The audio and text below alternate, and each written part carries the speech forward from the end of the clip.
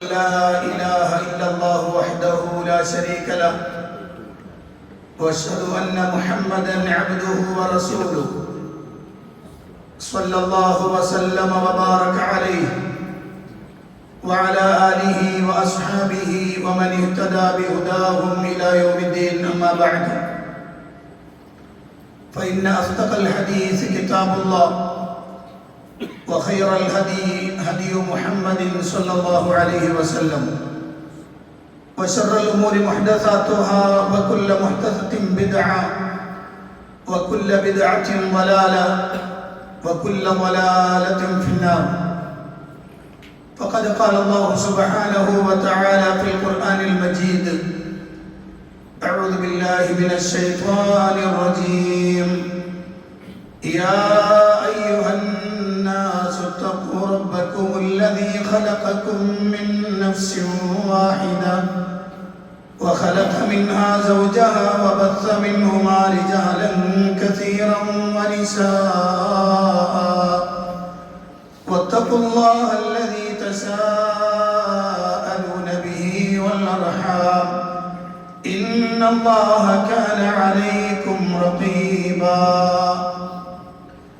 يا أيها الذين آمنوا اتقوا الله وقولوا قولا سديدا يصلح لكم أعمالكم ويغفر لكم ذنوبكم ومن يطع الله ورسوله فقد فاز فوزا عظيما.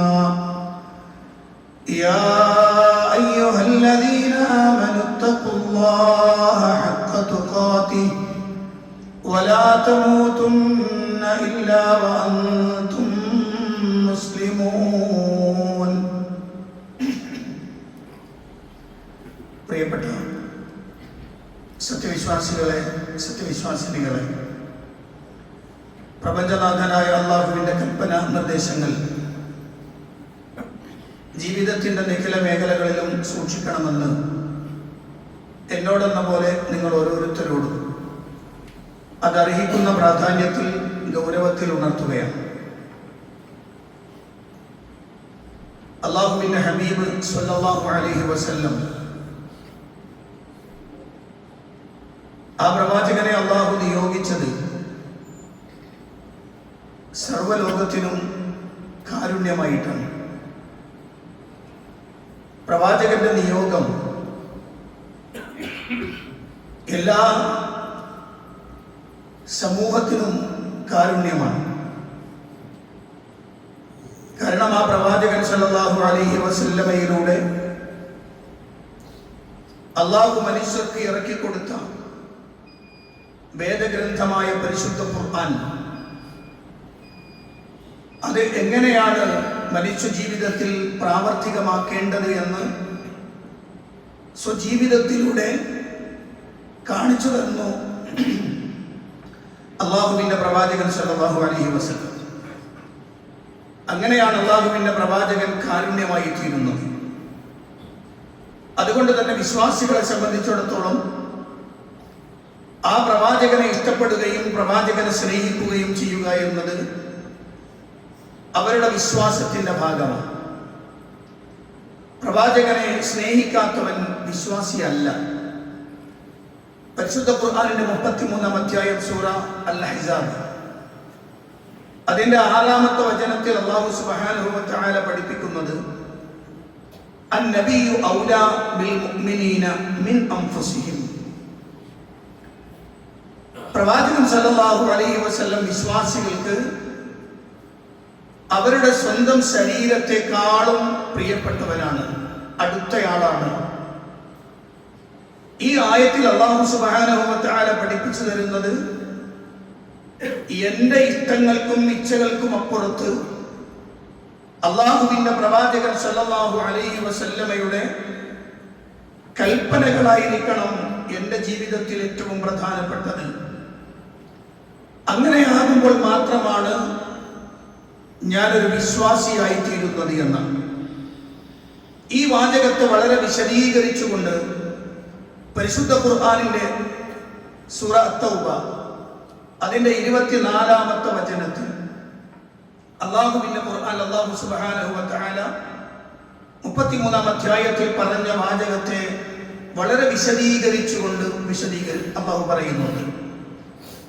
അല്ലാഹുവിന്റെ ഖുർആൻ അല്ലാഹു പറയുന്നു, ഖുൽ നബി നീ പറയണം, ഇൻ കാന ആബാഉക്കും വഅബ്നാഉക്കും വഇഖ്വാനുക്കും വഅസ്വാജുക്കും വഅശീറത്തുക്കും വഅംവാലുൻ ഇഖ്തറഫ്തുമുഹാ വതിജാറത്തുൻ തഖ്ശൗന കസാദഹാ വമസാകിനു തർദൗനഹാ അഹബ്ബ ഇലൈക്കും മിനല്ലാഹി വറസൂലിഹി വജിഹാദിൻ ഫീ സബീലിഹി ഫതറബ്ബസൂ ഹത്താ യഅതി അല്ലാഹു ബിഅംരി വല്ലാഹു ലാ യഹ്ദിൽ ഖൗമൽ ഫാസിഖീൻ.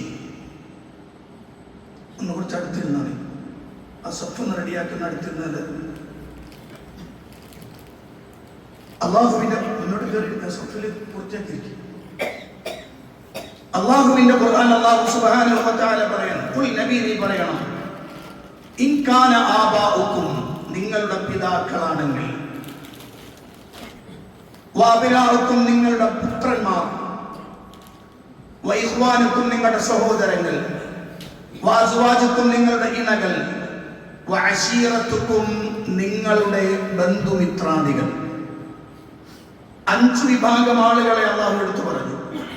ഒന്ന് പിതാവ്, പിതാവാകുമ്പോൾ മാതാവ് അതിലേക്ക് ചേർന്ന് വരുന്നത് തന്നെയാണ്. അപ്പൊ നിങ്ങളുടെ മാതാപിതാക്കൾ. 2 അബ്നാഉക്കും നിങ്ങളുടെ പുത്രന്മാർ, പുത്രിമാർ അതിലേക്ക് ചേർന്ന് വരുന്നതാണ്. അപ്പൊ നിങ്ങളുടെ സന്താനങ്ങൾ. വഇഖ്വാനുക്കും നിങ്ങളുടെ സഹോദരങ്ങൾ, സഹോദരിമാരും സഹോദരന്മാരും എല്ലാം അതിൽ ചേർന്ന് വരികയാണ്. അപ്പൊ നിങ്ങളുടെ സഹോദരങ്ങൾ. പിന്നെയോ വഅശീറത്തുക്കും നിങ്ങളുടെ ഇണകൾ, ആണും പെണ്ണും വരുന്നു. അതുപോലെ തന്നെ വഅശീറത്തുക്കും നിങ്ങളുടെ മറ്റു കുടുംബ ബന്ധുക്കൾ, എല്ലാവരെയും ഒരുമിച്ച് ചേർത്തു. നിങ്ങളുടെ ബന്ധുമിത്രാദികൾ. ഇത് 5 വിഭാഗമാണ് നമ്മളുടെ മനുഷ്യൻ അവന്റെ കുടുംബമായി അവൻ ഏറ്റവും അധികം ബന്ധപ്പെടുന്ന, ഏറ്റവും ഇഷ്ടപ്പെടുന്ന, അവർക്ക് വേണ്ടിയാണ് അവൻ പലതും സഹിക്കുന്നതും, അവർക്ക് വേണ്ടിയാണ് അവൻ പലതും ത്യജിക്കുന്നതും, അവർക്ക് വേണ്ടിയാണ് പല കൊള്ളരുതായ്മകളും അവൻ ചെയ്യുന്നതും ഒക്കെ ഇവർക്ക് വേണ്ടിയാണ്.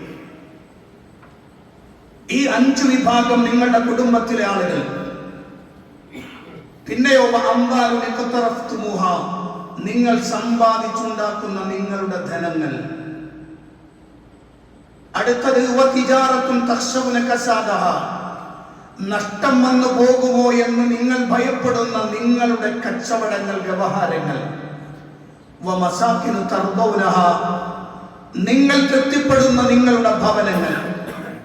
8 കാര്യങ്ങളെ അല്ലാഹു എടുത്തു പറഞ്ഞു. ഇതല്ലാതെ മനുഷ്യനുമായി അഭേദ്യമായ ബന്ധമുള്ള വേറൊരു കാര്യമില്ല. ഭൗതിക ജീവിതത്തിൽ അവൻ ഏറ്റവും അധികം ഇഷ്ടപ്പെടുന്നതും താല്പര്യപ്പെടുന്നതും അവൻ ഏറ്റവും കൂടുതൽ പ്രയാസം സഹിക്കുന്നതും ഇതിനൊക്കെ വേണ്ടിയാണല്ലോ. ഈ 8 കാര്യങ്ങൾ. 5 നിങ്ങളുടെ റിലേഷൻഷിപ്പാണ്, 3 നിങ്ങളുടെ ആസ്തിയുമായി ബന്ധപ്പെട്ടതാണ്. ഈ 8 കാര്യങ്ങളെ എടുത്തുദ്ധരിച്ചുകൊണ്ട് അല്ലാഹു പറയാണ്, ഈ 8 കാര്യങ്ങളാണ് അഹബ്ബ ഇലൈക്കും മിനല്ലാഹി വറസൂലിഹി വജിഹാദിൻ ഫീ സബീലിഹി. അല്ലാഹുവിനേക്കാൾ, അല്ലാഹുവിന്റെ ദൂതനേക്കാൾ, അല്ലാഹുവിന്റെ മാർഗത്തിലുള്ള ധർമ്മസമരത്തെക്കാൾ നിങ്ങൾക്ക് പ്രിയപ്പെട്ടത് ഈ 8 കാര്യങ്ങളാണെങ്കിൽ ഫതറബ്ബസൂ ഹത്താ യഅതി അല്ലാഹു ബിഅംരിഹി അല്ലാഹു അവന്റെ കൽപ്പനയുമായി വരുന്നത് നിങ്ങൾ കാത്തിരുന്നു കൊള്ളുക. ആ ആയത്ത് അവസാനിക്കുന്നത് വല്ലാഹു ലാ യഹ്ദിൽ ഖൗമൽ ഫാസിഖീൻ. അല്ലാഹു ഫാസിഖുൽ ധിക്കാരികൾ, ദുർനടപ്പുകാരായ ആളുകളെ സന്മാർഗത്തിലാക്കുകയില്ല എന്ന് പറഞ്ഞുകൊണ്ടാണ് ആ ആയത്ത് അവസാനിക്കുന്നത്. വളരെ വിശാലമായി സംസാരിക്കുന്ന ഒരായത്താണ്. എന്തിനേക്കാളും അല്ലാഹുവിന്റെ റസൂൽ, ഞാനിപ്പോ ചർച്ച ചെയ്യുന്നത് റസൂലുള്ളാഹിനെ മാത്രമായതുകൊണ്ട് ആ ആയത്തിൽ നിന്ന് റസൂലിഹി എന്ന പദം മാത്രം എടുത്തുകൊണ്ടാണ് സംസാരിക്കുന്നത്. അല്ലാഹുവിന്റെ റസൂലിനേക്കാൾ നിങ്ങൾക്ക് ഇഷ്ടമാണോ നിങ്ങളുടെ വാപ്പയും ഉമ്മയെയും? അല്ലാഹുവിന്റെ റസൂലിനേക്കാൾ നിങ്ങൾക്ക് ഇഷ്ടമാണോ നിങ്ങളുടെ സന്താനങ്ങളെ? അല്ലാഹുവിന്റെ റസൂലിനേക്കാൾ നിങ്ങൾക്ക് ഇഷ്ടമാണോ നിങ്ങളുടെ ഇണകളെ? അല്ലാഹുവിന്റെ റസൂലിനേക്കാൾ നിങ്ങൾക്ക് ഇഷ്ടമാണോ നിങ്ങളുടെ സഹോദരി സഹോദരന്മാരെ? അല്ലാഹുവിന്റെ റസൂലിനേക്കാൾ നിങ്ങൾക്ക് ഇഷ്ടമാണോ നിങ്ങളുടെ ബന്ധുമിത്രാദികളെ? എങ്കിൽ സൂക്ഷിക്കണം.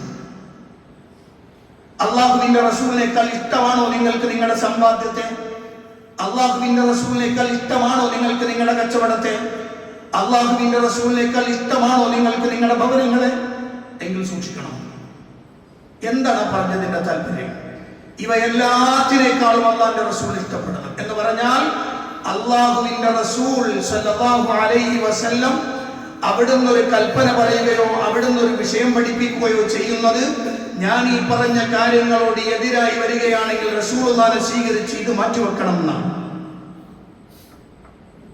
ഒന്നും കൂടെ ഞാൻ വിശദീകരിച്ച് പറഞ്ഞുതരാം. എന്റെ വാപ്പയും ഉമ്മയും എന്നോട് കൽപ്പിക്കുന്ന ഒരു കാര്യം അള്ളാഹുവിന്റെ റസൂൽ സല്ലല്ലാഹു അലൈഹി വസല്ലം പഠിപ്പിച്ചൊരാശയത്തിനെതിരാണെങ്കിൽ ഞാൻ വാപ്പയെയും ഉമ്മയെയും അനുസരിക്കരുത്. കാരണം അവരെക്കാൾ എനിക്ക് പ്രിയം എന്റെ ഹബീബിനെയാണ്. അതാണ് ഞാൻ ആദ്യം പറഞ്ഞ 33-ാം അധ്യായം സൂറത്ത് അഹ്സാബിന്റെ 6-ാമത്തെ വചനം, അന്നബിയു ഔലാ അന്നബിയു ഔലാ അന്നബിയു ഔലാ. നബിയാവണം ഏറ്റവും അടുത്തയാൾ, നബിയാവണം ഏറ്റവും ചേർന്ന് നിൽക്കുന്നയാൾ. എന്തിനേക്കാൾ? മിൻ അൻഫുസിഹിം, അവരുടെ സ്വദേഹങ്ങളെക്കാൾ, എന്റെ ശരീരത്തെക്കാളും ഞാൻ ഇഷ്ടപ്പെടുന്നത് അള്ളാഹുവിന്റെ ഹബീബ് സല്ലല്ലാഹു അലൈഹി വസല്ലമയാണ്. ഇങ്ങനെ ആവാതെ ഒരാൾ മുഅ്മിനാവില്ല. ഇങ്ങനെ ആയെങ്കിലേ ഒരാൾ പൂർണ്ണനായ വിശ്വാസി എന്ന് പറയാൻ പറ്റില്ല. അഹദുക്കും ഹത്താ അകൂന അഹബ്ബ ഇലൈഹി മിൻ വാലിദിഹി വവലദിഹി വന്നാസി അജ്മഈൻ. പ്രവാചകൻ സല്ലല്ലാഹു അലൈഹി വസല്ലമയുടെ വചനം. അപ്പോൾ നബിയെ സ്നേഹിക്കൂല എന്ന് പറയാൻ പറ്റില്ല. നബിയെ സ്നേഹിക്കാത്തവൻ വിശ്വാസിയല്ല, പ്രവാചകനെ ഇഷ്ടപ്പെടാത്തവൻ വിശ്വാസിയല്ല. അപ്പോൾ ഒരു ചോദ്യം സ്വാഭാവികമായി ഉയരുന്നുണ്ട്, എങ്ങനെയാണ് പ്രവാചകനെ സ്നേഹിക്കേണ്ടത്? പ്രവാചകനെ സ്നേഹിക്കേണ്ടതിന്റെ റൂട്ട് എന്താണ്? എങ്ങനെ ആയിരിക്കണം നബി സല്ലല്ലാഹു അലൈഹി വസല്ലമയോടുള്ള സ്നേഹം പ്രകടിപ്പിക്കേണ്ടത്? സ്വഹാബത്ത് റളിയല്ലാഹു അൻഹും അവരുടെ ജീവിതത്തിലേക്ക് കടന്ന് നമുക്ക് കാണാം. എണ്ണിയാൽ ഒടുങ്ങാത്ത, എണ്ണിയാൽ തീരാത്ത ധാരാളം സ്വഹാബികളുടെ ചരിത്രങ്ങൾ. പ്രവാചക സ്നേഹത്തിന്, പ്രവാചകനോടുള്ള ഇഷ്ടത്തിന്, പ്രവാചകനോടുള്ള ബന്ധത്തിന് സ്വന്തം ശരീരത്തെ വരെ അവഗണിച്ച സ്വഹാബികൾ. മഹാനായ അബൂ ദുജാന റളിയല്ലാഹു അൻഹു, മഹാനായ ഖുബൈബ റളിയല്ലാഹു അൻഹു, മഹാനായ സുഹൈൽ റളിയല്ലാഹു അൻഹു, ധാരാളം ആളുകളെ എണ്ണി പറയാം. പ്രവാചക ശരീരത്തിലേക്ക് കടന്നു വന്ന അമ്പുകളെ ഉഹദിന്റെ രണാങ്കണത്തിൽ സ്വന്തം ശരീരത്തിന്റെ വിവിധ ഭാഗങ്ങൾ കൊണ്ട് ഏറ്റെടുത്ത് ആ ഉഹദിന്റെ മണലാരുണ്യത്തിലേക്ക് ശരശയ്യയിലേക്ക് വീണുപോയ അബൂ ദുജാന റളിയല്ലാഹു അൻഹു പ്രവാചക ജീവിതത്തിൽ അവിടുത്തെയോടുള്ള സ്നേഹം പ്രകടിപ്പിച്ചു. അവരൊരിക്കലും പ്രവാചകന്റെ ശരീരത്തെ തള്ളിപ്പറഞ്ഞുകൊണ്ടായിരുന്നില്ല. ജീവിതത്തിന്റെ എല്ലാ ഭാഗങ്ങളിലും പ്രവാചകനെ ഒപ്പിയെടുക്കാൻ ശ്രമിച്ചു. കാരണം നബി സല്ലല്ലാഹു അലൈഹി വസല്ലം പറഞ്ഞൊരു വിഷയമുണ്ട്, മൻ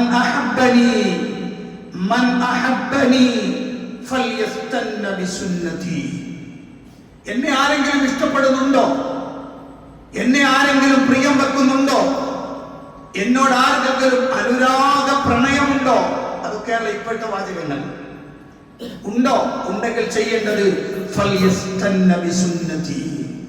അവൻ എന്റെ സുന്നത്ത്, എന്റെ ചര്യ അവന്റെ ജീവിതത്തിന്റെ നടപടിക്രമങ്ങളാക്കിക്കൊള്ളട്ടെ. ഇത് റസൂലുള്ളാഹിന്റെ പ്രഖ്യാപനമാണ്. അതുകൊണ്ടാണ് സ്വഹാബത്ത് റളിയല്ലാഹു അൻഹു മുഴുവനും അല്ലാഹുവിന്റെ റസൂൽ സല്ലല്ലാഹു അലൈഹി വസല്ലം അവിടുന്ന് എന്ത് പറഞ്ഞോ അങ്ങനെ ജീവിതത്തിൽ പകർത്താൻ ശ്രമിച്ചത്. സ്വഹാബികളുടെ കൂട്ടത്തിൽ മുത്തബിഉ സുന്ന എന്നറിയപ്പെടുന്നയാളാണ് അബ്ദുല്ലാഹി ഇബ്നു ഉമർ റളിയല്ലാഹു അൻഹു. ആ അബ്ദുല്ലാഹി ഇബ്നു ഉമർ റളിയല്ലാഹു അൻഹു പ്രവാചക ചര്യയെ ജീവിതത്തിലേക്ക് കൊണ്ടുവന്നത് എല്ലാവരെക്കാളും മേലെ എത്തിയ രൂപത്തിലായിരുന്നു. അതുകൊണ്ട് തന്നെയാണ് സ്വഹാബത്തിനിടയിലും പിൽക്കാലത്തുമൊക്കെ മുത്തബിഉ സുന്ന എന്ന പേര് അദ്ദേഹത്തിന് വീണത്. പ്രവാചക സുന്നത്ത് അനുധാവനം ചെയ്യുന്നവൻ എന്ന്. ഞാനൊരു സംഭവം പറയാം. അബ്ദുല്ലാഹി ഇബ്നു ഉമറും കൂട്ടരും കൂടി നടന്നു പോവുകയാണ്. ഒരു സ്ഥലത്തേക്ക് സഞ്ചരിച്ചു കൊണ്ടിരിക്കുകയാണ്. പോകുന്ന നേരായ വഴി, നേരെയുള്ള മാർഗത്തിലൂടെയാണ് അവർ നടന്നു പോകുന്നത്. കുറച്ചങ്ങോട്ടെത്തിയപ്പോൾ ഒരു ചെറിയ ഇടവഴി, അബ്ദുല്ലാഹി ഇബ്നു ഉമർ ഒന്നവിടെ നിന്നു. എന്നിട്ട് ആ ഇടവഴിയിലേക്ക് ഇറങ്ങി ഒരൽപ്പം മുന്നോട്ട് നടന്നു. അല്പം കഴിഞ്ഞ് തിരിച്ചിങ്ങോട്ട് തന്നെ വന്നു. അപ്പൊ കൂടെ ഉള്ളവർ ചോദിച്ചു, എന്തിനാണ് അബ്ദുള്ള അങ്ങോട്ട് ഇറങ്ങിപ്പോ, നമ്മൾ അങ്ങനല്ലേ പോകേണ്ടത്? അദ്ദേഹത്തിന്റെ മറുപടിയാണ് ഇന്നത്തെ സമൂഹം ശ്രദ്ധിക്കേണ്ടത്. അദ്ദേഹം പറഞ്ഞു, ഞാനും അല്ലാഹുവിന്റെ ഹബീബ് സല്ലല്ലാഹു അലൈഹി വസല്ലമയും കൂടി ഇതിലെ യാത്ര ചെയ്തു പോകുമ്പോൾ ഒരു ദിവസം നബി തങ്ങൾ ഈ ഇടവഴിയിലൂടെ ഇറങ്ങി അങ്ങോട്ട് അല്പം നടക്കുന്നത് ഞാൻ കണ്ടു. പ്രവാചകൻ പിന്നീട് തിരിച്ചു വരികയും ചെയ്തു. അതുകൊണ്ടാണ് ഞാൻ ഇപ്പോൾ അങ്ങനെ ചെയ്തത് എന്ന് അബ്ദുല്ലാഹി ഇബ്നു ഉമർ. പ്രവാചക ജീവിതത്തെ ഇങ്ങനെ ഒപ്പിയെടുക്കാൻ സ്വഹാബത്ത് കാണിച്ച ആ ജാഗ്രതയുണ്ടല്ലോ, യഥാർത്ഥത്തിൽ പ്രിയപ്പെട്ടവരെ, ഇതൊന്നുമില്ലാത്ത ആളുകളാണ് ഇപ്പോൾ നബിദിനാഘോഷത്തിൽ ഞങ്ങളാണ് പ്രവാചക പ്രേമികൾ എന്ന് പറഞ്ഞുകൊണ്ടുവരുന്നത്. പ്രവാചക പ്രേമികളെ തിരിച്ചറിയാനുള്ള പ്രത്യേകത എന്താ? പ്രവാചക പ്രേമികളുടെ പള്ളികൾ തിരിച്ചറിയാനുള്ള പ്രത്യേകത എന്താ? പ്രവാചക പ്രേമികളുടെ പള്ളികൾ തിരിച്ചറിയപ്പെടുന്നത് ലൈറ്റുകൾ കൊണ്ട് അലങ്കരിച്ചിട്ടുണ്ടെങ്കിൽ അത് പ്രവാചക പ്രേമി, ലൈറ്റുകൾ കൊണ്ട് അലങ്കരിച്ചിട്ടില്ലെങ്കിൽ പ്രവാചക വിരോധി. ഈ പറമ്പിൽ പീടിക എന്ന ഈ ടൗണിലെ ഈ മുജാഹിദ് പള്ളി പ്രവാചക വിരോധികളുടെ പള്ളികളാണെന്ന് പറയാം. കാരണം ഇവിടെ ലൈറ്റുകൾ അറേഞ്ച് ചെയ്തിട്ടില്ല. എന്നാൽ തൊട്ടപ്പുറത്ത് സമസ്തയുടെ കീഴിൽ പ്രവർത്തിക്കുന്ന ഒരു പള്ളിയുണ്ട്. ആ പള്ളിയാവട്ടെ അതിൽ ലൈറ്റുകളൊക്കെ ഇട്ട് വെച്ചിട്ടുണ്ട്. അതിന്റെ അർത്ഥം അവർ പ്രവാചക സ്നേഹികളാണ്. എന്താണ് പ്രിയപ്പെട്ടവർ നമ്മൾ മനസ്സിലാക്കേണ്ടത്? യഥാർത്ഥത്തിൽ അല്ലാഹുവിന്റെ റസൂൽ സല്ലല്ലാഹു അലൈഹി വസല്ലമയുടെ ചര്യ അത് 100% പിൻപറ്റുന്നവരാണ് മുജാഹിദുകൾ. അത് കൃത്യമായി നടപ്പിൽ വരുത്തണമെന്ന് ആഗ്രഹിക്കുന്നവരാണ്. അതിനുവേണ്ടി നിരന്തരമായി പ്രയത്നിക്കുന്നവരാണ്. എന്തുകൊണ്ടാണ് മുജാഹിദുകൾ ജന്മദിനാഘോഷത്തിലേക്ക് കടന്നു വരാത്തത്? അതിലേക്ക് കടക്കുമ്പോൾ ഞാൻ ഒറ്റ കാര്യം ആദ്യം പറയാം.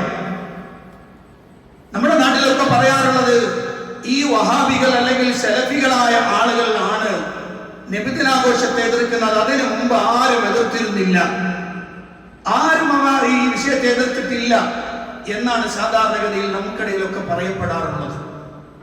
എന്നാൽ ഞാൻ രണ്ടെണ്ണം പെട്ടെന്ന് ഖുതുബയായതുകൊണ്ട് ഒരു 2 ഇബാറത്തുകൾ മാത്രം ഞാൻ നിങ്ങളുടെ ശ്രദ്ധയിലേക്ക് കൊണ്ടുവരികയാണ്. അല്ലാഹുവിന്റെ റസൂൽ സല്ലല്ലാഹു അലൈഹി വസല്ലമയുടെ ജന്മദിനാഘോഷവുമായി ബന്ധപ്പെട്ടുകൊണ്ട് ജന്മദിനാഘോഷത്തിന്റെ തുടക്കം കുറിക്കപ്പെടുന്നത് 4-ാം നൂറ്റാണ്ടിലാണ്. 4-ാം നൂറ്റാണ്ട് മുതലാണ് അതിന്റെ ചർച്ച അല്ലെങ്കിൽ അത് തുടങ്ങി വരുന്നത്. 4-ാം നൂറ്റാണ്ട് കഴിഞ്ഞ് നിങ്ങൾ അങ്ങോട്ട് പോയാൽ 5, 6, 7, 8 നൂറ്റാണ്ടുകൾ പണ്ഡിത ലോകത്ത് ഏറ്റവും കൂടുതൽ ചർച്ച ചെയ്യപ്പെടുന്ന, ഇത് ശരിയോ തെറ്റോ, ഇതിന്റെ സ്ഥാനം എന്താണ് എന്ന് ശക്തമായി ചർച്ച ചെയ്യപ്പെടുന്ന പീക്ക് ടൈമാണ്. അവിടെ നിങ്ങൾക്ക് നോക്കിയാൽ അറിയാം, ആ കാലഘട്ടത്തിലേക്ക് കടന്നു വന്ന അവരെല്ലാവരും ഈ വിഷയത്തെ പ്രവാചകന്റെ സുന്നത്താണെന്നോ സ്വഹാബത്തിന്റെ നടപടിക്രമമാണെന്നോ ഒരാളും പറഞ്ഞിട്ടില്ല. ഒരൊറ്റയാളും. ഒരു സഹാബിയുടെ ഉദ്ധരണിയില്ല, ഒരു താബിഈയുടെ ഉദ്ധരണിയില്ല, ഒരു തബഉ താബിഈയുടെ ഉദ്ധരണിയില്ല. ഇനി ലോകത്ത് പരിശുദ്ധ ഇസ്ലാമിന്റെ നിയമങ്ങളെ, കർമ്മശാസ്ത്ര വിഷയങ്ങളെ തലനാരിയുടെ കീഴിൽ ചർച്ച ചെയ്ത 4 മഹാരഥന്മാരായ പണ്ഡിതന്മാർ, ലോക പ്രസിദ്ധരായ ആളുകളുണ്ട്. ഒന്ന് ഇമാമുൽ അഅ്ലം അബൂ ഹനീഫ അൻ-നുഅ്മാൻ അൽ-കൂഫി റഹിമഹുല്ലാഹ്. 2 മാലിക് ബിൻ അനസ് റഹിമഹുല്ലാഹ്. 3 മുഹമ്മദ് ബിൻ ഇദ്രീസ് അശ്-ശാഫിഈ റഹിമഹുല്ലാഹ്. 4 അഹ്മദ് ബിൻ ഹംബൽ റഹിമഹുല്ലാഹ്. ഇനിയുമെന്ന സുഫിയാൻ അൽ-സൗരി റഹിമഹുല്ലാഹ്, അങ്ങനെ ഇബ്രാഹിം അൻ-നഖഈ റഹിമഹുല്ലാഹ്. ഇങ്ങനെ തുടങ്ങുന്ന ധാരാളം പണ്ഡിതന്മാർ മുസ്ലിം ലോകത്തിന് ധാരാളം സംഭാവനകൾ നൽകി. ഇവരാരും തന്നെ അവരുടെ ഗ്രന്ഥങ്ങളിലോ അവരുടെ ശിഷ്യന്മാരുടെ ഗ്രന്ഥങ്ങളിലോ ഇതുമായി ബന്ധപ്പെട്ട ഒരു ചർച്ചയും നടത്തുന്നില്ല, ഒരു ചർച്ചയില്ല. പിൽക്കാലത്താവട്ടെ ഈ വിഷയത്തിൽ ചർച്ച നടത്തപ്പെടുമ്പോൾ അവർ പറഞ്ഞൊരു വിഷയമുണ്ട്. ഞാൻ അതിലൊരൊറ്റ വാചകം പറയാം. യഥാർത്ഥത്തിൽ നമ്മുടെ നാട്ടിൽ ഡാൻസ് ഉണ്ട്, DJ പാർട്ടി ഉണ്ട്, ആണുങ്ങളും പെണ്ണുങ്ങളും പിന്നെ രംഗത്തിറങ്ങിക്കൊണ്ടുള്ള പല രൂപത്തിലുള്ള റാലികളുണ്ട്. ഇങ്ങനെ തുടങ്ങുന്ന വിവിധങ്ങളായ വൃത്തികേടുകൾ ഈ സമൂഹത്തിൽ നടപടി ചെയ്തുകൊണ്ടിരിക്കുന്നുണ്ട്. ഇത് കാലങ്ങൾക്ക് മുമ്പും ഇങ്ങനെ ചെയ്തവരുണ്ട്. ആ വിഷയത്തിൽ ചർച്ച ചെയ്ത പണ്ഡിതന്മാർ, ഞാൻ ഒരൊറ്റയാളെ പറയാം. ഹിജറ 737 മരണപ്പെട്ട ഇബ്നുൽ ഹാജ് എന്നറിയപ്പെടുന്ന പണ്ഡിതൻ, അദ്ദേഹം ശരിക്കു പറഞ്ഞാൽ മാലിക്കി മദ്ഹബിലെ പണ്ഡിതനാണ്. മാലിക്കി മദ്ഹബിൽ പ്രശസ്തനായ പണ്ഡിതനാണ് അദ്ദേഹത്തിന് ഒരു ഗ്രന്ഥമുണ്ട്, അൽ മദ്ഖൽ എന്നാണ് ആ ഗ്രന്ഥത്തിന്റെ പേര്. ഞാനിത് പറയുന്നത് എന്താണെന്ന് വെച്ചാൽ, കുറച്ചു കാലമേ ആയിട്ടുള്ളൂ നബിദിനാഘോഷത്തെ എതിർത്തുകൊണ്ട് ആളുകൾ രംഗത്ത് വന്നത്. ഇതിനു മുമ്പ് ആരും എതിർത്തിട്ടില്ല എന്നൊക്കെ പറയുന്ന ആളുകൾക്ക് അവർ പറയുന്നത് കേട്ടിട്ട് തെറ്റിദ്ധരിച്ചു പോകുന്ന കുറെ ആളുകളുണ്ട്. അവർക്ക് വേണ്ടിയാണ് ഞാനിത് പറയുന്നത്. ഈ വിഷയത്തെ വളരെ ശക്തമായി ചർച്ച ചെയ്തയാളാണ് ഇബ്നുൽ ഹാജ് അദ്ദേഹത്തിന്റെ അൽ മദ്ഖൽ എന്ന ഗ്രന്ഥത്തിൽ. എന്നിട്ട് അദ്ദേഹം ഇതിന്റെ ന്യായവും അന്യായങ്ങളും അതിൽ പാലിക്കുന്നതും പാലിക്കാത്തതും എല്ലാം ചർച്ച ചെയ്ത് കൊണ്ടുവന്നിട്ട് അവസാനിപ്പിക്കുന്ന ഒരു വിഷയമുണ്ട്. ആ ഒരൊറ്റ വാചകം മാത്രമാണ് ഞാൻ പറയാൻ ഉദ്ദേശിക്കുന്നത്. ഒരാൾ പറയാണ്, ഞങ്ങൾ ഈ ജാതി നിഷിദ്ധങ്ങളായ പ്രവർത്തനങ്ങളൊന്നുമില്ല, ഞങ്ങൾ ചെയ്യുന്ന ഒരു അന്നദാനം മാത്രമാണ് എന്നൊരാൾ പറഞ്ഞാൽ, പ്രവാചകന്റെ ജന്മദിനവുമായി ബന്ധപ്പെട്ടുകൊണ്ട് ഒരു അന്നദാനം കൊടുക്കൽ മാത്രമേ ചെയ്യുന്നുള്ളൂ, വേറൊന്നുമില്ല എന്നൊരാൾ പറഞ്ഞാൽ അതിനെ എങ്ങനെ നോക്കിക്കാണണം? ഹിജറ 737 മരണപ്പെട്ട ഇബ്നുൽ ഹാജ് റഹിമഹുല്ലാഹ് അദ്ദേഹത്തിന്റെ അൽ മദ്ഖൽ എന്ന ഗ്രന്ഥത്തിൽ പറഞ്ഞ വാചകം അദ്ദേഹം പറയാണ്, വഅമില തആമൻ ഫഖത്ത്. ഒരാൾ ഒരു ഭക്ഷണം മാത്രം ചെയ്തു. വനവാബിഹിൽ മൗലിദ, ആ ഭക്ഷണം മൗലിദ് ഉദ്ദേശിച്ചുകൊണ്ടാണ് ചെയ്യുന്നത്, മൗലിദിനെ കരുതിക്കൊണ്ട് ചെയ്തതാണ്. എന്നിട്ട് പറയാണ്, അതിലേക്ക് തന്റെ സഹോദരങ്ങളൊക്കെ അദ്ദേഹം ക്ഷണിച്ചു. നേരത്തെ പറഞ്ഞതെല്ലാം ഒഴിവാക്കി എന്ന് പറഞ്ഞാൽ ഡാൻസും പാട്ടും ആട്ടവും റാലിയും എല്ലാം ഒഴിവാക്കി. ഇത് മാത്രമുള്ളൂ. എന്നാൽ അതിന്റെ വിധി എന്താണ്? അതിന്റെ വിധി അദ്ദേഹം പറയുന്നു,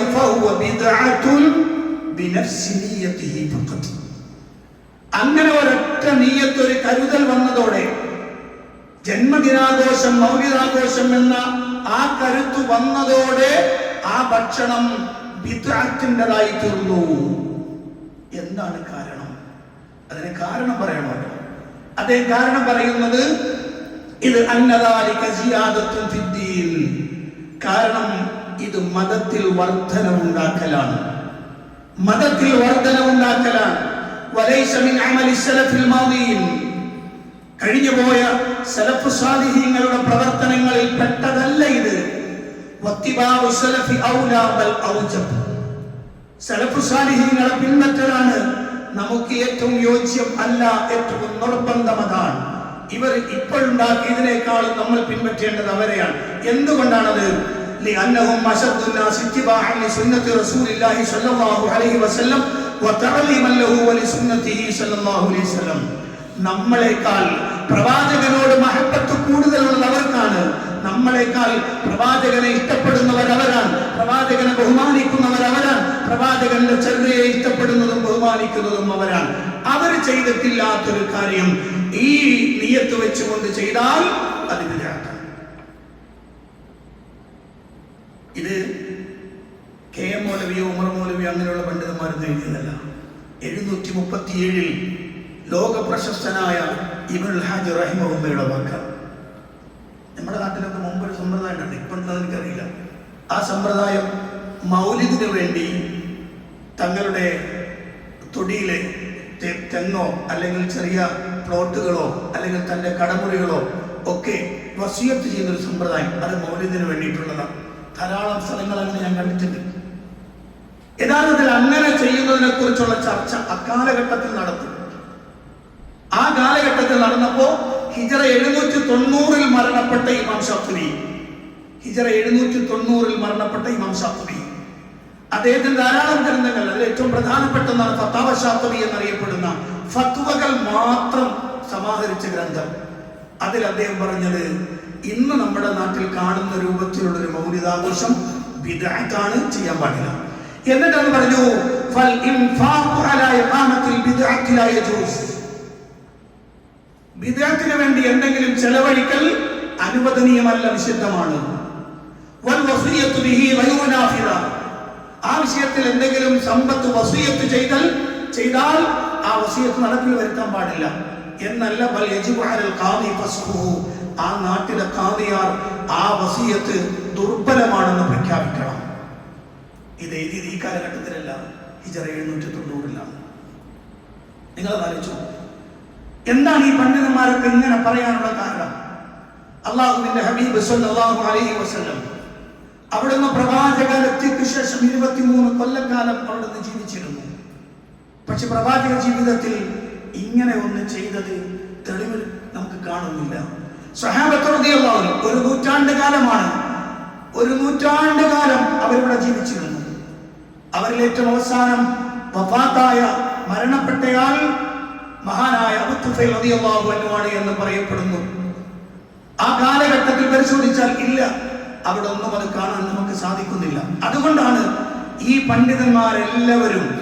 പണ്ഡിതന്മാരെല്ലാവരും കൃത്യമായി പറഞ്ഞത്, അള്ളാഹുവിന്റെ റസൂലും അടങ്ങുന്ന സ്വഹാബത്തും താബിഈങ്ങളും ഇങ്ങോട്ട് പരിശോധിച്ചാൽ ഒരാളും അത് ചെയ്തിട്ടില്ല. ഇതുകൊണ്ടാണ് വിശ്വാസികളോട് നമുക്ക് പറയാനുള്ളത്, വിശ്വാസികളെ, നിങ്ങൾക്ക് റസൂലുള്ളാഹിനോട് ഇഷ്ടമുണ്ടോ എങ്കിൽ ചെയ്യേണ്ടത് പ്രവാചകൻ സല്ലല്ലാഹു അലൈഹി വസല്ലമയുടെ ചര്യയനുസരിച്ച് ജീവിക്കാൻ പഠിക്കുക എന്നതാണ്. റബീഉൽ അവ്വൽ 12 നബി സല്ലല്ലാഹു അലൈഹി വസല്ലം ജനിച്ച ദിവസമാണെന്ന് ധാരാളം പണ്ഡിതന്മാർ രേഖപ്പെടുത്തിയിട്ടുണ്ട്. എന്നാൽ പ്രവാചകൻ സല്ലല്ലാഹു അലൈഹി വസല്ലമ റബീഉൽ അവ്വൽ 12-നല്ല ജനിച്ചത്, റബീഉൽ അവ്വൽ 8-നാണ്, റബീഉൽ അവ്വൽ 9-നാണ്, റജബിലാണ്, റമദാനിലാണ് എന്നൊക്കെ പണ്ഡിതന്മാർ ചർച്ച ചെയ്തിട്ടുണ്ട്. കൃത്യമായി കണക്ക് പറയാൻ കഴിയില്ല എന്ന് പറഞ്ഞ പണ്ഡിതന്മാർ ധാരാളമുണ്ട്. ഞാൻ പറഞ്ഞു വരുന്നത്, റബീഉൽ അവ്വൽ 12 എന്ന് പറയുന്നതോ റബീഉൽ അവ്വൽ മാസമോ അള്ളാഹുവിന്റെ ഖുർആനിലോ പ്രവാചകന്റെ ചര്യയിലോ മാസം എന്ന നിലക്ക് ശ്രേഷ്ഠമായി പഠിപ്പിച്ചിട്ടേയില്ല. പരിശുദ്ധ ഖുർആൻ നോക്കുക, ഇന്ന ഇദ്ദത്ത ശുഹൂരി ഇൻദല്ലാഹി 12 ശഹറൻ ഫീ കിതാബില്ലാഹ്. 12 മാസമുണ്ട്. മിൻഹാ അർബഅത്തുൻ ഹുറും. അതിൽ 4 മാസങ്ങൾ യുദ്ധം നിഷിദ്ധമായ മാസമാണ്.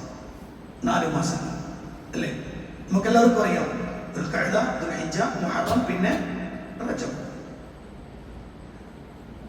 ഇനി 12 മാസങ്ങളിൽ ഏതെങ്കിലും ഒരു മാസം പ്രത്യേകത ഉള്ളതുണ്ടോ? ഉണ്ട്. അത് റമദാനാണ്. ശഹ്റു റമദാന അല്ലദീ ഉൻസില ഫീഹിൽ ഖുർആൻ.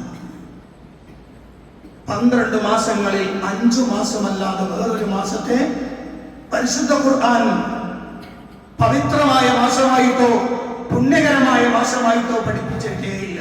യഥാർത്ഥത്തിൽ വരേണ്ടത് എന്തായിരുന്നു? റബീഉൽ അവ്വൽ അല്ലേ? അങ്ങനെയാണെങ്കിൽ പുണ്യമാസമായി ഖുർആൻ പഠിപ്പിക്കേണ്ടത്. ഖുർആനിന്റെ 6236 ആയത്തുകളിൽ ഒരിടത്തും അതില്ല. പ്രവാചകന്റെ ലക്ഷക്കണക്കിന് ഹദീസുകളുണ്ട്. ഇമാം ബുഖാരി, ഇമാം മുസ്ലിം, ഇമാം തിർമിദി, ഇമാം ദാരിമി, അതുപോലെ തന്നെ ഇബ്നു മാജ, നസായി, അബൂ ദാവൂദ് തുടങ്ങുന്ന ധാരാളം ഹദീസിന്റെ ഗ്രന്ഥങ്ങൾ. റബീഉൽ അവ്വൽ മാസത്തിന് പ്രത്യേകത കൽപ്പിച്ചു കൊണ്ടുവരുന്ന ഒരൊറ്റ ഹദീസുകളെ നമുക്ക് വായിക്കാൻ കിട്ടില്ല. ഒരൊറ്റ ഹദീസും റബീഉൽ അവ്വൽ മാസത്തിന് പ്രത്യേകത പറഞ്ഞുകൊണ്ട് പറയുന്ന ഒരു ഹദീസും ഇല്ല. ശഅബാൻ മാസത്തിന്റെ പ്രത്യേകത പറയുന്നുണ്ട്, റജബ് മാസത്തിന്റെ പ്രത്യേകത പറയുന്നുണ്ട്. പക്ഷെ റബീഉൽ അവ്വലിന്റെ പ്രത്യേകത പറയുന്ന ഒരു ഹദീസിന്റെ കഷ്ണം പോലും നമുക്ക് ഈ ഹദീസ് ഗ്രന്ഥങ്ങളിലെ ലക്ഷക്കണക്കിന് ഹദീസുകളിൽ കാണാൻ കഴിയുന്നില്ല. എന്തുകൊണ്ട്? എന്താണ് സംഭവിച്ചത്? നബി സല്ലല്ലാഹു അലൈഹി വസല്ലം അവിടുന്ന് താൻ ജനിച്ച ദിവസത്തെ കുറിച്ച് പറഞ്ഞു. അത് തിങ്കളാഴ്ചയാണ്. ഡേറ്റ് പറഞ്ഞില്ല, തിങ്കളാഴ്ചയാണ്.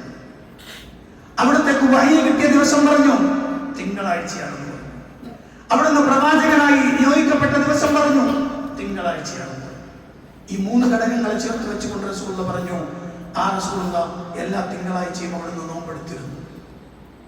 എല്ലാ തിങ്കളാഴ്ചയും നോമ്പെടുത്തിരുന്നു. ആ നോമ്പ് അള്ളാഹുവിന്റെ റസൂൽ സഹാബികൾ ചോദിച്ചു, നബി എന്താണ് നിങ്ങൾ തിങ്കളാഴ്ച എല്ലാ ദിവസവും എല്ലാ തിങ്കളാഴ്ച നോമ്പെടുക്കണം എന്തുകൊണ്ടാണ്? അപ്പോൾ റസൂൽ അന്നാണ് ഞാൻ ജനിച്ചത്, അന്നാണ് ഞാൻ പ്രവാചകനായി നിയോഗിക്കപ്പെട്ടത്, അന്നാണ് എനിക്ക് ഖുർആന്റെ അവതരണം ഉണ്ടായത്. എന്നെ ഒന്ന് സങ്കല്പിച്ചു നോക്കുക. ആ തിങ്കളാഴ്ച ദിവസം നബി സല്ലല്ലാഹു അലൈഹി വസല്ലം ജനിച്ച ജന്മത്തിന് പ്രത്യേകത ഉള്ളതാണെങ്കിൽ മുസ്ലിം ലോകം മുഴുവനും അത് വിശ്വസിക്കുന്നവരാണ്. എങ്ങനെ? തിങ്കളാഴ്ച ദിവസം വിശ്വാസികൾ നോമ്പെടുക്കാൻ കഴിയുന്നവരൊക്കെ നോമ്പെടുക്കും. പക്ഷെ ഈ കാര്യം പ്രവാചകൻ ലോകത്തോട് വിളിച്ചു പറഞ്ഞിട്ട് പ്രവാചകൻ സല്ലല്ലാഹു അലൈഹി വസല്ലമ റബീഉൽ അവ്വൽ മാസത്തിലെ 12-നോ 1 മുതൽ 28-ഓ 29-ഓ വരുന്ന ദിവസങ്ങളിലെ ഏതെങ്കിലും ഒരു തിങ്കളാഴ്ച, ഈ റബീഉൽ അവ്വലിലെ തിങ്കളാഴ്ചയാണ് ഞാൻ ജനിച്ചത്, അതുകൊണ്ട് ഇന്നൊരു പ്രത്യേകതയുണ്ടെന്ന് പറഞ്ഞത് പ്രവാചക ജീവിതത്തിൽ കാണാൻ കഴിയുന്നില്ല. ഇതെല്ലാം മനസ്സിലാക്കിക്കൊണ്ട് തന്നെയാണ് പണ്ഡിത ലോകം ഈ വിഷയത്തിൽ ഇങ്ങനെ ഒരു വിധി പറഞ്ഞത്. ഇനി ആരെങ്കിലും അനുകൂലിച്ചു പറഞ്ഞ പണ്ഡിതന്മാർ പോലും അവരൊക്കെ പറഞ്ഞത് ബിദ്അത്തുൻ ഹസനത്തുൻ എന്നാണ്. നല്ല ദുരാചാരം, ദുരാചാരത്തിൽ ഒരു നല്ല ദുരാചാരം എന്നാണ് അവരൊക്കെ പറഞ്ഞു വെച്ചത്. സുന്നത്താണെന്നോ നിർബന്ധമാണെന്നോ അനുവദനീയമാണെന്നോ ഒരൊറ്റയാളും പറയാൻ കഴിഞ്ഞില്ല. എല്ലാവരും ആകത്തുക പറഞ്ഞു വെച്ചത് ബിദ്അത്തുൻ ഹസനത്തുൻ എന്നാണ്. ബിദ്അത്ത് ഹസന എന്ന് പിൽക്കാലത്ത് ഒരു പണ്ഡിതൻ പറയുകയും അത് ശരിയാണോ എന്ന് നമ്മൾ പരിശോധിക്കുകയും ചെയ്യുമ്പോൾ നേരെ പോകേണ്ട സ്വഹാബത്തിലേക്കാണ്. അതിൽ അഗ്രേസരനായ അബ്ദുല്ലാഹി ഇബ്നു ഉമർ റളിയല്ലാഹു അൻഹു പറഞ്ഞു, കുല്ലു ബിദ്അത്തിൻ വലാല വഇൻ റആഹ അന്നാസു ഹസന. എല്ലാ ബിദ്അത്തും വലാലത്താണ്, ജനങ്ങൾ അത് നല്ലതാണെന്ന് ഗണിച്ചാലും ശരി, ജനങ്ങൾ അത് നല്ലതാണെന്ന് പറഞ്ഞാലും ശരി, എല്ലാ ബിദ്അത്തുകളും വലാലത്താണെന്ന് അബ്ദുല്ലാഹി ഇബ്നു ഉമർ റളിയല്ലാഹു അൻഹുവിന്റെ വചനം. അപ്പം നമുക്ക് ഏകദേശം സംഗതിയുടെ ഗൗരവം മനസ്സിലായി. ഇതുകൊണ്ടാണ് സ്വാർത്ഥികരായ പണ്ഡിതന്മാർ, കൃത്യമായും റസൂലുള്ളാഹിനെ ഇഷ്ടപ്പെടുന്ന മുഅ്മിനീങ്ങൾ ഈ വിഷയം അള്ളാന്റെ റസൂലും സഹാബത്തും താബിഈങ്ങളും ഇമാമുമാരും അടങ്ങുന്നവർക്ക് പരിചയമില്ലാത്തതാണ്. അതുകൊണ്ടത് അനുവർത്തിക്കാൻ പാടില്ല എന്ന് ശക്തമായി പറയാൻ കാരണം അതാണ്. അള്ളാഹു നമ്മെ അനുഗ്രഹിക്കുമാറാകട്ടെ.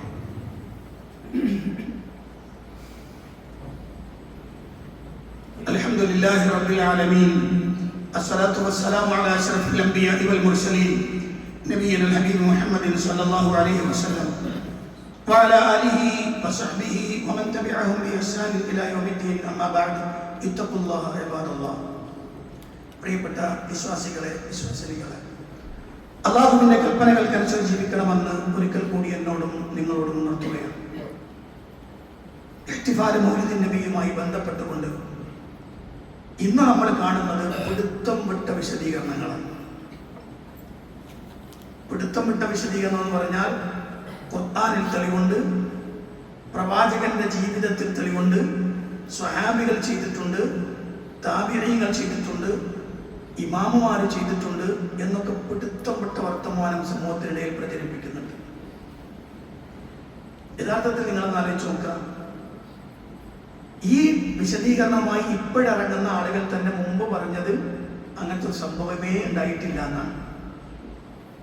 4 നൂറ്റാണ്ട് വരെ ഉണ്ടായിട്ടില്ല എന്നാണ് എല്ലാവരും പറഞ്ഞിട്ടുള്ളത്.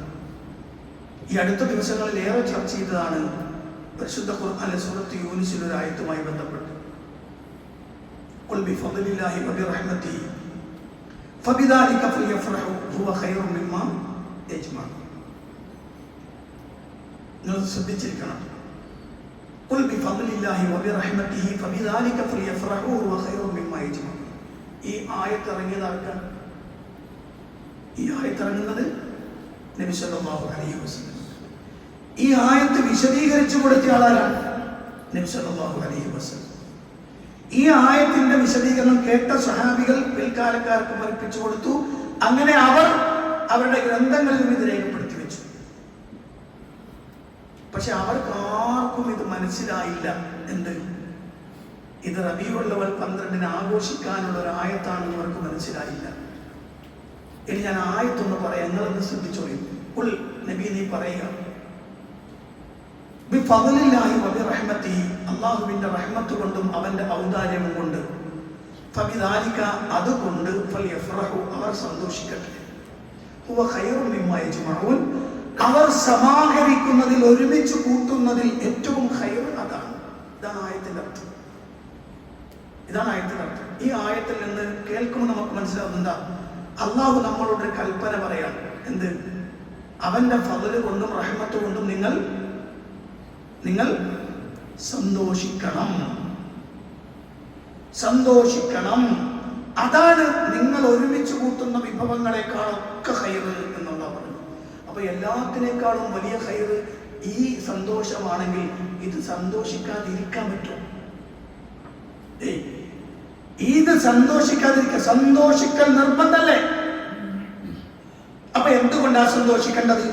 റസൂലുള്ളാഹിനെ കൊണ്ടാണെന്ന് വിചാരിക്കുക, വിശ്വസിക്കുക, അങ്ങനെ പറയാം. അങ്ങനെയാണെങ്കിൽ ഈ രൂപത്തിൽ ഇഹ്തിഫാൽ നടത്താത്ത ആളുകളൊക്കെ അള്ളാന്റെ കൽപ്പന ധിക്കരിച്ചു എന്നല്ലേ പറയാം? അല്ലേ? അങ്ങനെയാണെങ്കിൽ റസൂൽ ധിക്കരിച്ചു. പ്രവാചകന്റെ ലക്ഷത്തിൽ പരം വരുന്ന സ്വഹാബികൾ ധിക്കരിച്ചു. ആ സ്വഹാബികളെ കണ്ണും കെട്ടും ജീവിച്ച താബിഈങ്ങൾ ധിക്കരിച്ചു, തബഉ താബിഈങ്ങൾ ധിക്കരിച്ചു. ഇവർ തന്നെ വലിയ വലിയ ആളുകൾ എന്ന് പറയുന്ന ഇമാമുമാരെ ധിക്കരിച്ചു. ഖുർആനിന്റെ വിശദീകരണം വേണ്ടിയ മുഫസ്സിറുകൾ ധിക്കരിച്ചു. സുബ്ഹാനല്ലാഹ്, എന്തൊരു വർത്തമാനാണിത്! ഇങ്ങനെ വന്ന് ഇവിടെ നടക്കുന്നുണ്ടോ എന്ന് പരിശോധിക്കണ്ടേ? ഉണ്ട്. അള്ളാഹുവിന്റെ റഹ്മത്തും അവന്റെ ഫദ്ലും എന്ന് പറഞ്ഞാൽ ഇസ്ലാമും ഖുർആനുമാണ്. ഇത് രണ്ടും കൊണ്ട് സന്തോഷിക്കുന്നവരല്ലേ ഞാൻ നിങ്ങളൊക്കെ? അല്ലേ? അല്ലേ? നിങ്ങൾ പറയും. ഇസ്ലാം ആയതിന്റെ പേരിൽ സന്തോഷിക്കാത്ത ആളുകൾ ആരുടെ കൂട്ടത്തില് ഉണ്ടോ? നമുക്ക് എന്തിനേക്കാളും ഇഷ്ടം എന്താ? മുസ്ലിമായി എന്നതാണ്. നമുക്ക് എന്തിനേക്കാളും ഇഷ്ടമെന്താ? ഖുർആനാണ്. ഇത് രണ്ടും കൊണ്ട് സന്തോഷിക്കുന്നവരാണ് വിശ്വാസികൾ. ആ പണി ഇവിടെ നടക്കുന്നു. അല്ലെങ്കിൽ നമ്മൾ പറയേണ്ടി വരും ഭാഗികമായിട്ട് ഇവിടെ നടക്കുന്നുള്ളൂ. കാരണം ലോകത്ത് ശീലകളും സൂഫികളും അല്ലാത്ത ഒരാളും ജന്മദിനം ആഘോഷിക്കുന്നില്ല. ലോകത്ത് ശീലകളും സൂഫികളുമായ ആളുകളല്ലാത്ത ഒരാളും ജന്മദിനാഘോഷം ആഘോഷിക്കുന്നേയില്ല. അപ്പൊ ഇതിനർത്ഥം അല്ലാഹുവിന്റെ ഖുർആൻ തന്നെ ഭൂരിപക്ഷം മുസ്ലിമീങ്ങളിൽ ധാരാളം ആളുകൾ ധിക്കരിക്കുന്നു പറയേണ്ടി വരും. നഊദു ബില്ലാഹി അൻ ദാലിക് സുബ്ഹാന ഹാദാ ബുഹ്താനുൻ അദീം. അപ്പൊ പ്രിയപ്പെട്ടവരെ, ഇത് കൃത്യമായി പരിശോധിക്കുന്ന ഒരാൾക്ക് ബോധ്യപ്പെടും, ഇല്ല ഇത് എന്റെ ഹബീബ് ചെയ്തതല്ല, അവിടുത്തെ സ്വഹാബത്ത് ചെയ്തതല്ല, അതുകൊണ്ട് ഞാനില്ല, ഈ പണിക്ക് ഞാനില്ല. അള്ളാഹിന്റെ റസൂൽ സല്ലല്ലാഹു അലൈഹി വസല്ലം പഠിപ്പിച്ചതുപോലെ അവിടുത്തെ സുന്നത്തനുസരിച്ച് ജീവിക്കാനാണ് ഞാൻ ആഗ്രഹിക്കുന്നത്. എന്നെ കൊണ്ട് ചെയ്യാവുന്ന പരമാവധി രൂപത്തിൽ പ്രവാചകന്റെ ജീവിതത്തിൽ പകർത്തും. ഈ ആട്ടത്തിനും പാട്ടിനും ഈ പറയപ്പെടുന്ന കോലാഹലങ്ങൾക്കൊന്നിനും ഞാനില്ല. കാരണം അങ്ങനെ ഉണ്ടായിരുന്നെങ്കിൽ അള്ളാഹിന്റെ റസൂലും സ്വഹാബികളും അത് ചെയ്യുമായിരുന്നു. അവർ ചെയ്തതായി പ്രാമാണികമായി തെളിയിക്കപ്പെടാത്ത കാലത്തോളം ഞാൻ അതിനോട് രാജിയാണ് എന്ന് പ്രഖ്യാപിക്കാൻ വിശ്വാസിക്ക് കഴിയണം. അല്ലാഹു അനുഗ്രഹിക്കുമാറാകട്ടെ. നമ്മുടെ പ്രവർത്തനങ്ങൾ സ്വീകരിക്കുകയും അർഹമായ പ്രതിഫലം അനുഗ്രഹിക്കുകയും ചെയ്യുമാറാകട്ടെ. വന്നുപോയി തെറ്റുകുറ്റങ്ങൾ അല്ലാഹു വിട്ടുപുറത്തുന്ന പകർത്തരുമാറാകട്ടെ. റസൂലുള്ളാഹിന്റെ സുന്നത്തിനെ ജീവിതത്തിൽ പകർത്തി അള്ളാഹുവിന്റെ റസൂലിനെ ഇഷ്ടപ്പെട്ട് ആ പ്രവാചകന്റെ കൂടെ സ്വർഗത്തിലെത്താൻ അല്ലാഹു തൗഫീഖ് നൽകുമാറാകട്ടെ. എല്ലാത്തരം ബിദ്അത്തുകളിൽ നിന്നും പുത്തനാചാരങ്ങളിൽ നിന്നും വിട്ടു നിൽക്കാനുള്ള മനസ്സും ധൈര്യവും ഈമാനികമായ കരുത്തും അല്ലാഹു നമുക്ക് നൽകി അനുഗ്രഹിക്കുമാറാകട്ടെ. പ്രയാസപ്പെടുന്ന ആളുകളുടെ പ്രയാസങ്ങൾ അല്ലാഹു ദൂരീകരിച്ചു കൊടുക്കുമാറാകട്ടെ. രോഗം കൊണ്ട് വലയുന്നവരുടെ രോഗങ്ങൾ അല്ലാഹു ശിഫയാക്കി കൊടുക്കുമാറാകട്ടെ. മുസ്ലിമായതിന്റെ പേരിൽ കഷ്ടപ്പെടുന്നവർ നമ്മുടെ സഹോദരങ്ങൾ അല്ലാഹുവിന്റെ സഹായവും അനുഗ്രഹം ചെയ്യുമാറാകട്ടെ. اللهم اغفر للمؤمنين والمؤمنات والمسلمين والمسلمات الأحياء منهم والأموات إنك مجيب الدعوات وقاضي الحاجات. اللهم أعز الإسلام والمسلمين وأذل الشرك والمشركين. اللهم دمر أعداءنا وأعداء الدين بما شئت وكيف شئت يا ذا الجلال والإكرام. ربنا تقبل منا إنك أنت السميع العليم وتب علينا إنك أنت التواب الرحيم. آمين برحمتك يا أرحم الراحمين والحمد لله رب العالمين.